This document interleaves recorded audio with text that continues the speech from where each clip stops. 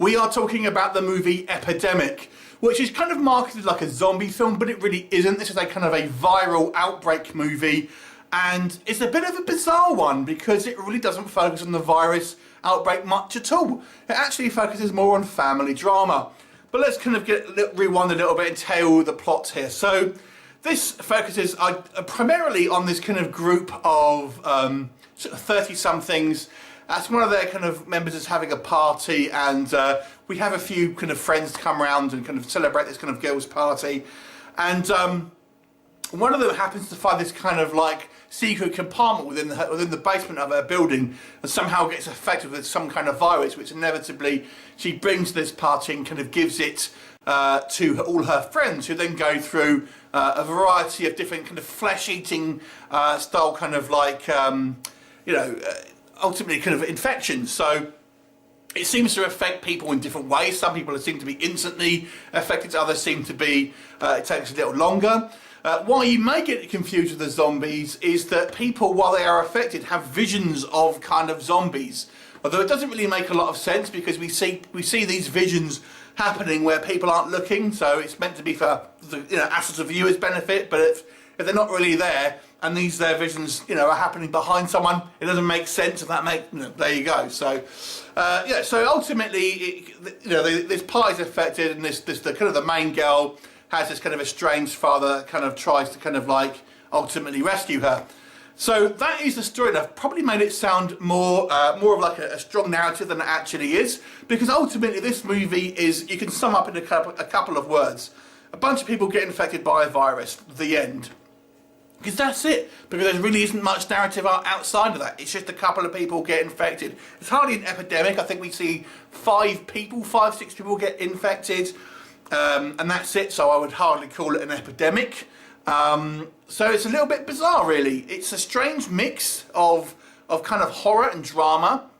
The bulk of its running time has this kind of like, it's trying to be meaningful with this kind of girl having this kind of relationship with her father, and how they're kind of estranged from each other, and they're trying to make amends. And fair play to them for trying to do some kind of characterization here. But it seems to be the focus of the movie for a long time, and really kind of like the viral bit, it seems to be just pushed to the side, and is with dealing with the sub characters are kind of having to deal with that. So a little bit bizarre. It's extremely cheap. This is a super cheap movie, but I will say what does work here is some of the kind of the makeup effects of this kind of the flesh-eating disease do look pretty good.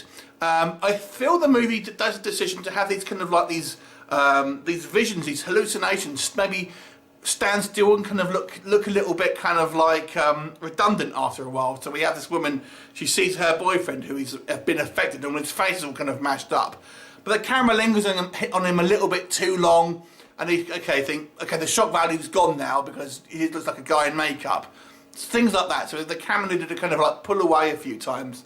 The acting, I've got to say, is rather shoddy in this movie, and there's just some really ridiculous decisions. I mean, when the father ultimately finds all these people who are infected by some kind of pathogen, does he call anyone? No, he doesn't, and not for ages afterwards. And there's quite a few times this guy looks at his phone. It happens about 4 times. It's really bizarre. Where he looks at his phone, wanting to call someone, but then decides he doesn't. And they do that like 4 times with different people.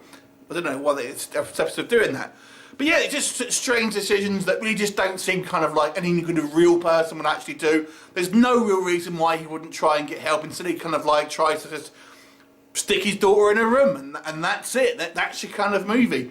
So this movie doesn't really go anywhere, which is the weird thing. I mean, I'm not going to tell you exactly how it ends, but it just kind of like doesn't go anywhere ultimately. I mean, some good kind of like makeup effects aside, and having an attempt at kind of like character building, I've got to say, for the most part, this movie is pretty forgettable, because nothing really happens ultimately, and ultimately becomes a little bit of a wet towel. So I'm going to give this movie a 4 out of 10. It is below average, but I have seen worse. And there are some kind of fairly decent makeup effects here, and maybe it's going to do something having these kind of like these ghostly visions, although they don't make a lot of sense.